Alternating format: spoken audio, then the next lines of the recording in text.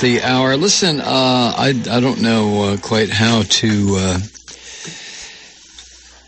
get into this next item that I have, except just to just to do it.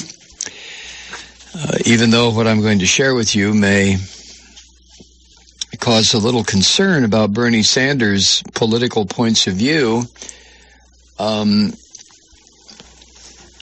reasonably sure I'm still going to vote for him. The article I'm about to share with you comes from the World Socialist website, WSWS.org. Some of you may be familiar with that. Now, Sanders has identified himself over the years as a democratic socialist, and that's good. I mean, sure, that's absolutely good. I think democratic socialism is the wave of the future. God knows this predatory, unrestrained, death-dealing capitalism is not the wave of the future, if there's going to be a future. Now, if the future has ended, who was it that said history has ended because of the breakup of the Soviet Union? Yeah, I know, it was him. But if there is to be a future in our future, capitalism will not be present. It cannot be. It just can't. I mean, that's very simple. Capitalism destroys everything it touches. Ultimately, it destroys everything. Look what's happening on the planet now. Look at the national security state. Look at the craziness that's going on across the globe. I mean, just pick an area. No point getting into this again. Jesus. But there was something that occurred during the first Democratic debate that I think most of us who are Sanders supporters either overlooked, or it blew by so fast that we didn't pay any attention to it, or on some kind of a subconscious level we decided not to take note of what he said. But during that presidential debate, that Democratic debate, Sanders was supportive of the prosecution of Ed Snowden.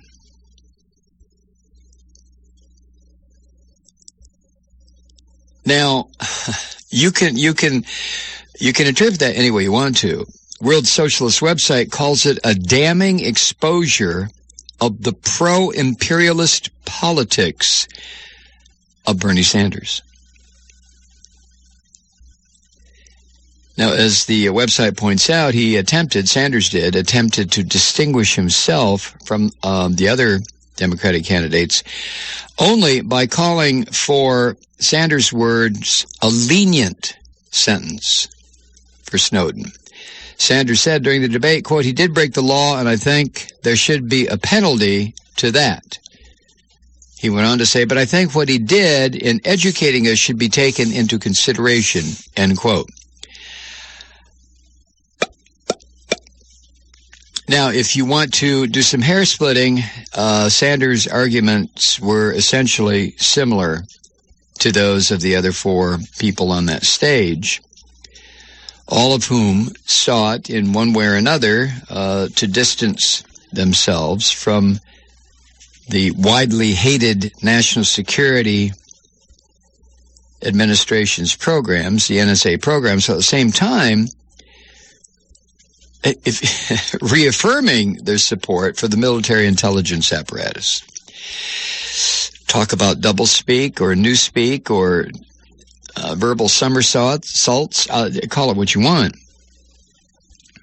Now, as the website points out, Sanders' call for leniency in the case of Snowden may ring false, since once in the clutches of the American so-called criminal justice system, you can imagine what would happen to Snowden. He would face the full vengeance of the state machine. We know this. Look what happened to Chelsea Manning. As a matter of fact, Chelsea Manning might serve as a warning Manning was tortured while in military custody. Currently, she is serving over 3 decades of jail time for leaking diplomatic documents to the website WikiLeaks. And the editor of that website, Julian Assange, has been forced to seek asylum at the Ecuadorian embassy in London in order to avoid being extradited to the United States on espionage charges. So, Ed Snowden, Chelsea Manning, Julian Assange. In the case of Snowden,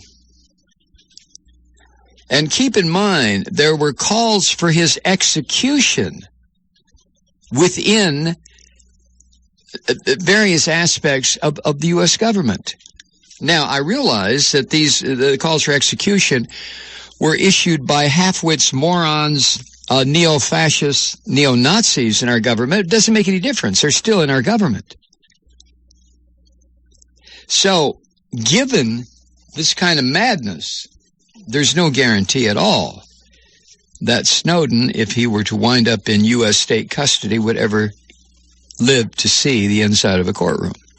Am I being melodramatic? You decide. Now, Sanders' position, his argument that Snowden's, what the WSWS calls Snowden's courageous stand, Sanders claimed that stand is a crime deserving of punishment,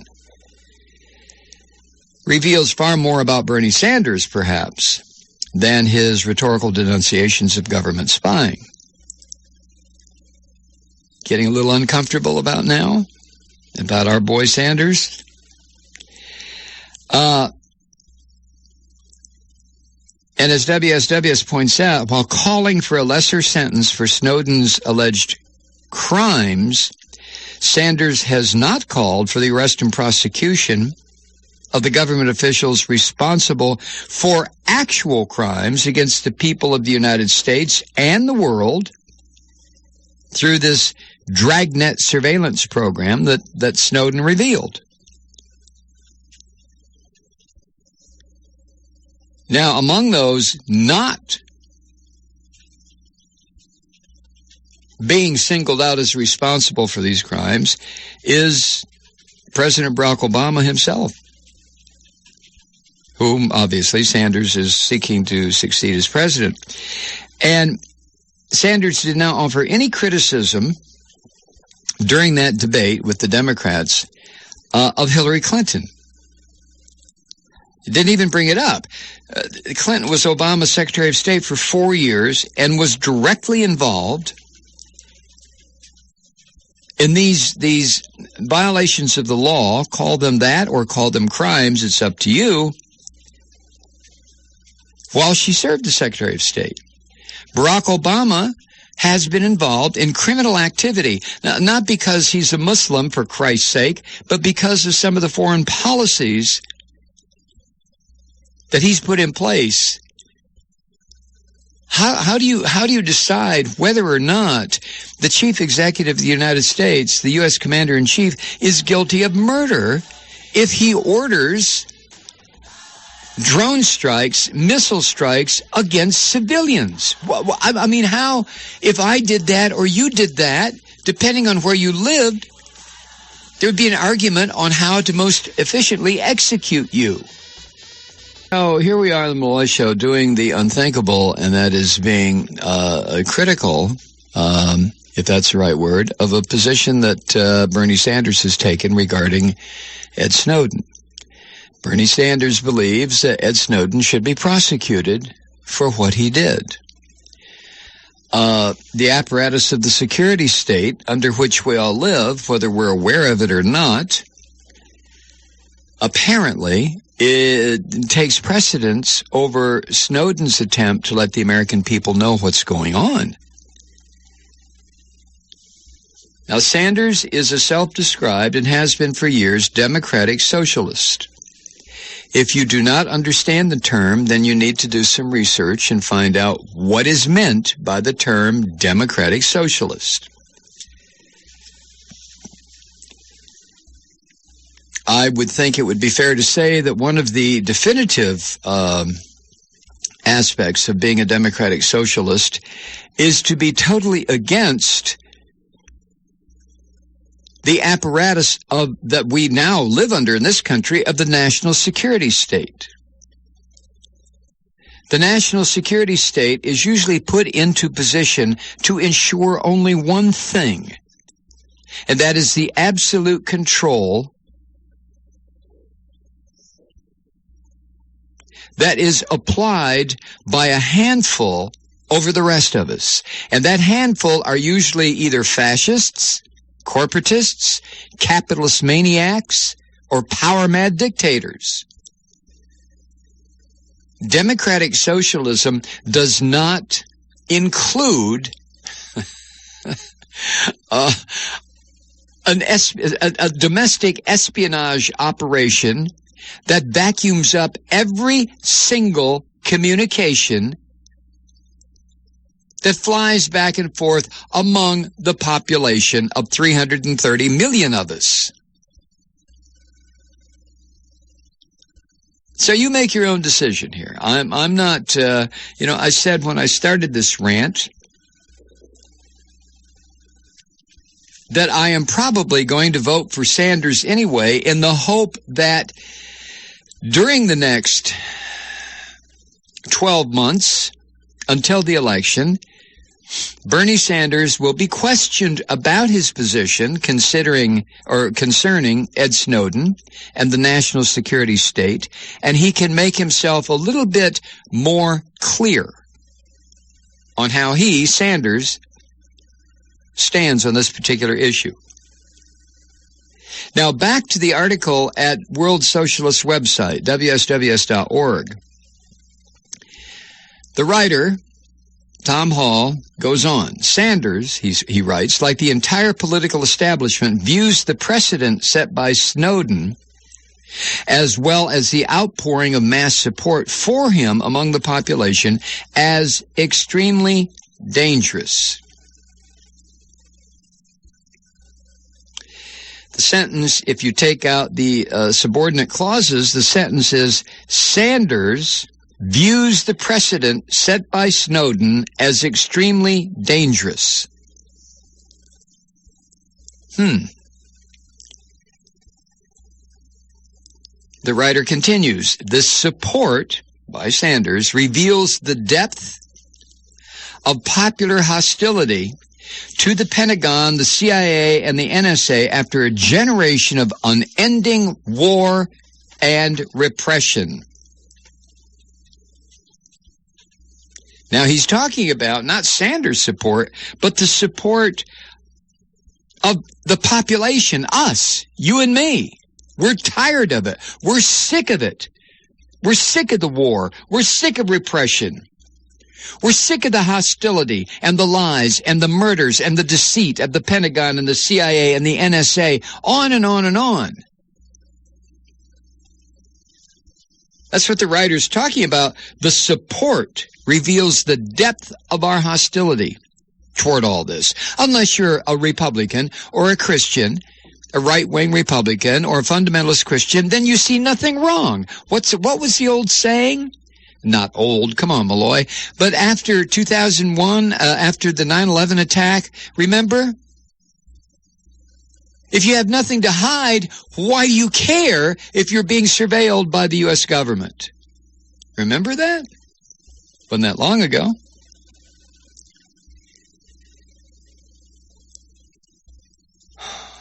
Now, the fears of the American population, as WSWS.org points out, have only been further fueled by the revelations that followed Snowden,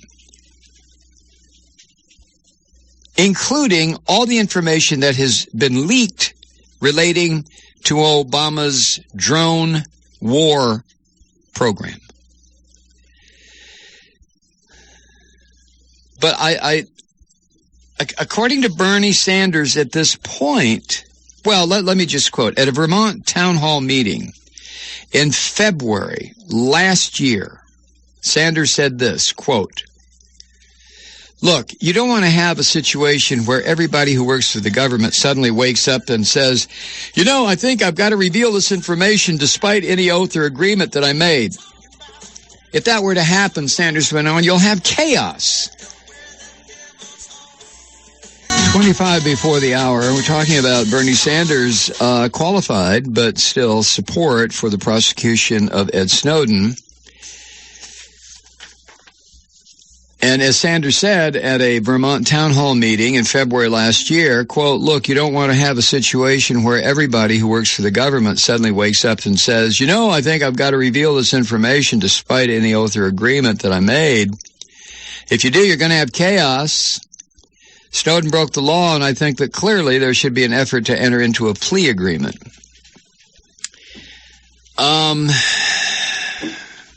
Weasel words from Bernie Sanders? Is that possible? In the first place, I don't think anybody, regardless of what Sanders is saying here, wants everybody who works for the government to wake up and say, I got to reveal this information. A general statement like Sanders made is, really pisses me off, no matter who makes it. Sanders, my fifth grade English teacher, it doesn't matter. Well, what if everybody jumped off the cliff? Would you jump too? Come on.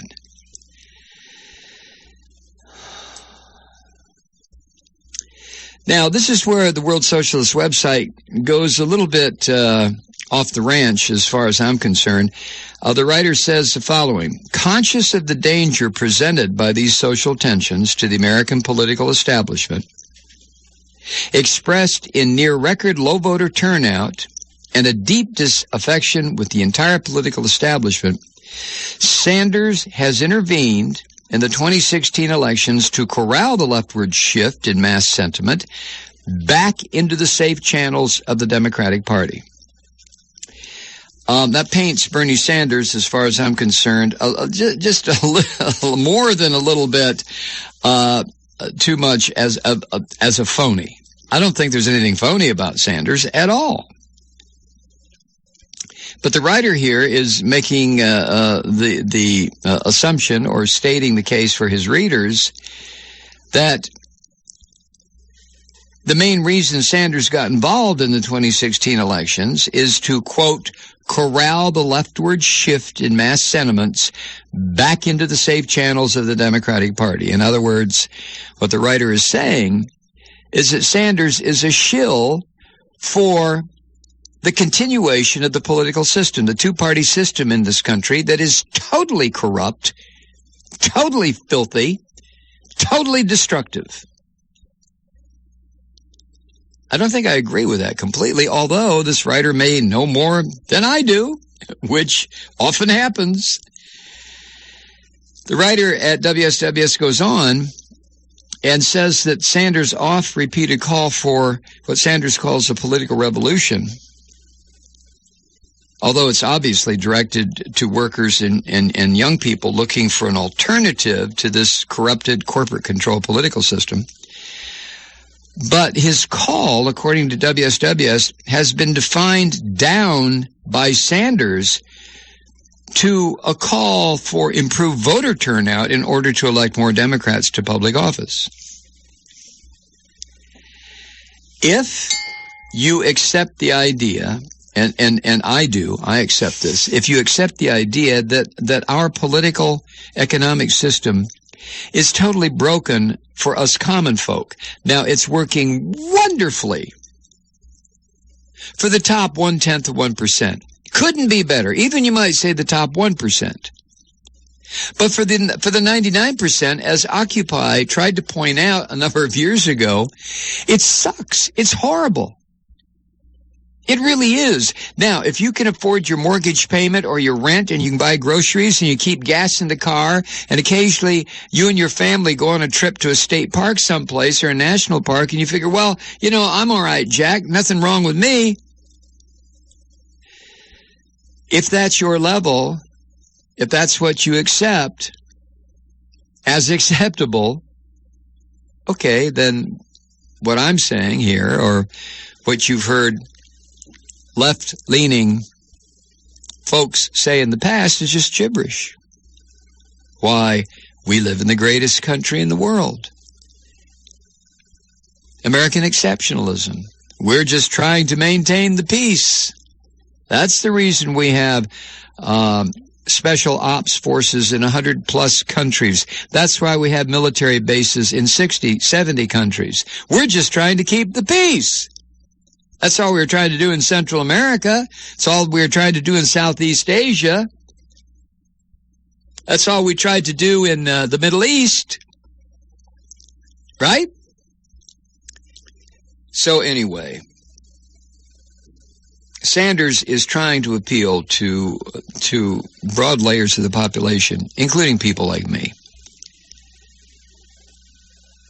Not all that well educated, but, we think we have enough workable knowledge to survive in this society. Not on welfare rolls, but certainly not affluent by any stretch of the imagination. Common folk. People like me. Maybe people like you. That's who Sanders is trying to appeal to. And primarily, the young people. Now, the problem here, a lot of young people consider Snowden to be a hero. And Sanders knows that the youth in this country, for the most part, consider Snowden to be a person of exceptional character, to do what he did. And as WSWS points out, that's what accounts for Sanders' more ambivalent rhetoric on government spying, calling for various reforms while trying to make a less strident denunciation of Snowden than his fellow candidates. And in that regard, Sanders is succeeding. I don't think Sanders has ever come out and said, he's a traitor, referring to Snowden. He belongs in prison. He should be executed, as a lot of right-wingers and some Democrats have said. I can't think of any Democrats who've suggested that Snowden should be executed for crimes against the state, but there certainly were a lot of Democrats who have suggested that he should be jailed. After a fair trial, of course. Right.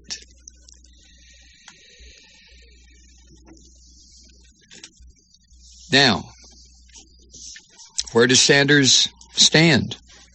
Here's what WSWS.org says. In reality, Sanders completely supports American imperialism's twin policies of war abroad and repression at home. Indeed, on NBC's Meet the Press, recently, it says here last Sunday, I guess it was last Sunday, Sanders issued bellicose threats against Russia, called for a major escalation of the war in Syria using Saudi ground troops, and declared his support for the drone warfare of the Obama administration. When he was asked whether so-called counter-terrorism under a Sanders presidency would include drone strikes and special forces, Sanders replied, quote, "Well, all of that and more," end quote. Now, as WSWS points out, much of Sanders' appeal, certainly what appealed to me once I became aware of Bernie Sanders, on more than a level greater than, he's a senator from Vermont, he's a former mayor of Burlington, yada, yada, yada. But a lot of his appeal derives from his claim to be a socialist. But as the World Socialist website points out, quote, his support for the prosecution of Snowden, which ultimately reflects his support for American imperialism, is incompatible with the basic principles of socialism. The website goes on to say, for well over a century, genuine socialists have fought to develop an opposition to imperialism within the working class internationally, counseling workers that, quote, the main enemy is at home, End quote. Well, yeah. Come on, Senator. Come on, Bernie.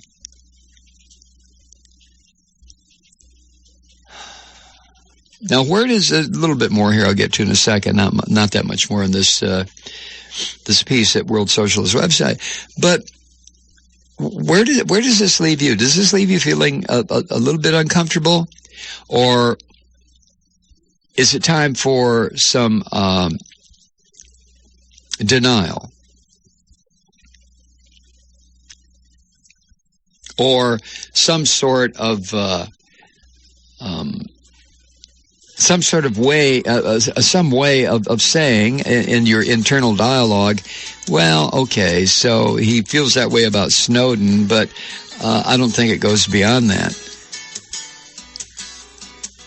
It is qualified, at least that's the impression he gives, his qualified support for the prosecution of Ed Snowden for Snowden's revealing the incredible apparatus of the national security state that the U.S. has become, both domestically and regarding foreign entanglements.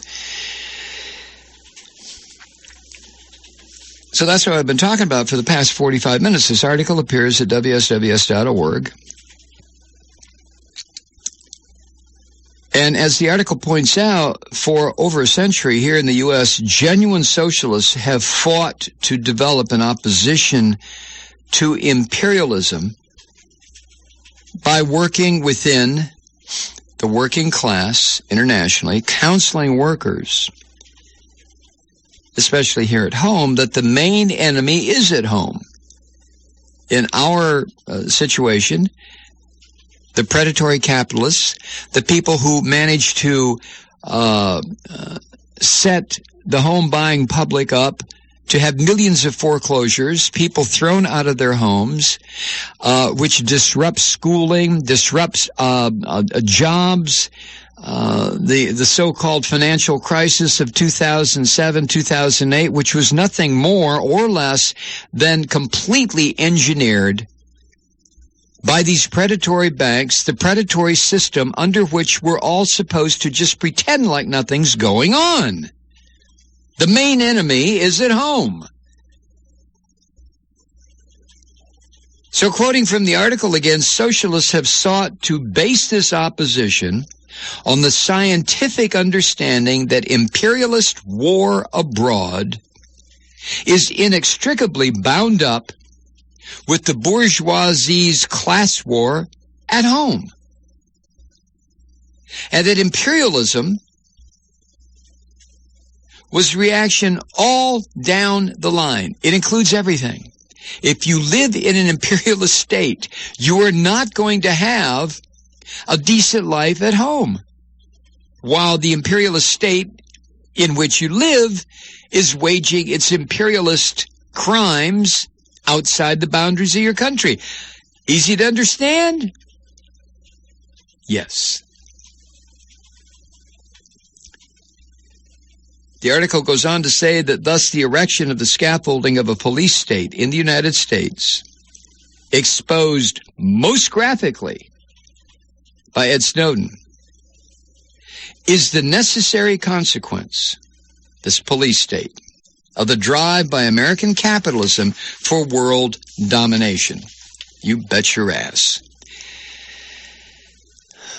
And the article concludes by saying it is impossible to oppose inequality within the United States, as Sanders claims to do, while supporting American aggression abroad. Now, let me digress. In his own words, Sanders has supported aggression abroad. Not to the mouth-breathing, fiery, red-eyed insanity of right-wingers, but support nonetheless. So what do we do?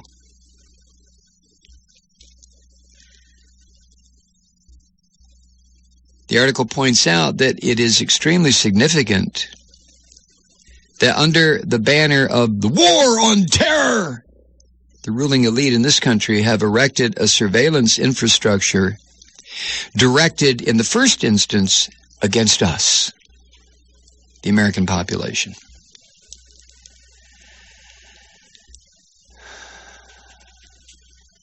So in conclusion,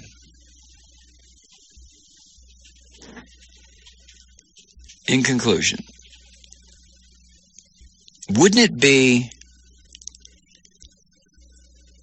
a wise thing for those of us who support Sanders' bid for the presidency to take Sanders' call for the prosecution of Ed Snowden into consideration? And is it a fair statement, the World Socialist website includes this statement, is it a fair statement to say the following: Sanders is opposed not only to the right of workers to know about the crimes committed by their government, but in addition, he is determined to prevent a political break by the working class with the two-party system. Now, this brings up the argument. That's the end of the article at the World Socialist website, and I strongly recommend that you just go there and get it, WSWS.org, and read it. Bernie Sanders backs the prosecution of Ed Snowden. Now, I acknowledge that we are supposed to be a nation of laws, not of men or persons, a nation of laws. The rule of law has got to prevail. I don't necessarily hold with that. The rule of law supported slavery. The rule of law supports imperialism. So where do you draw the line? And why? You know, this question has never been fully answered for me, except from the standpoint of, you know, my own understanding or misunderstanding that third-party candidates have a very difficult time getting on ballots. But why is Sanders running as a Democrat?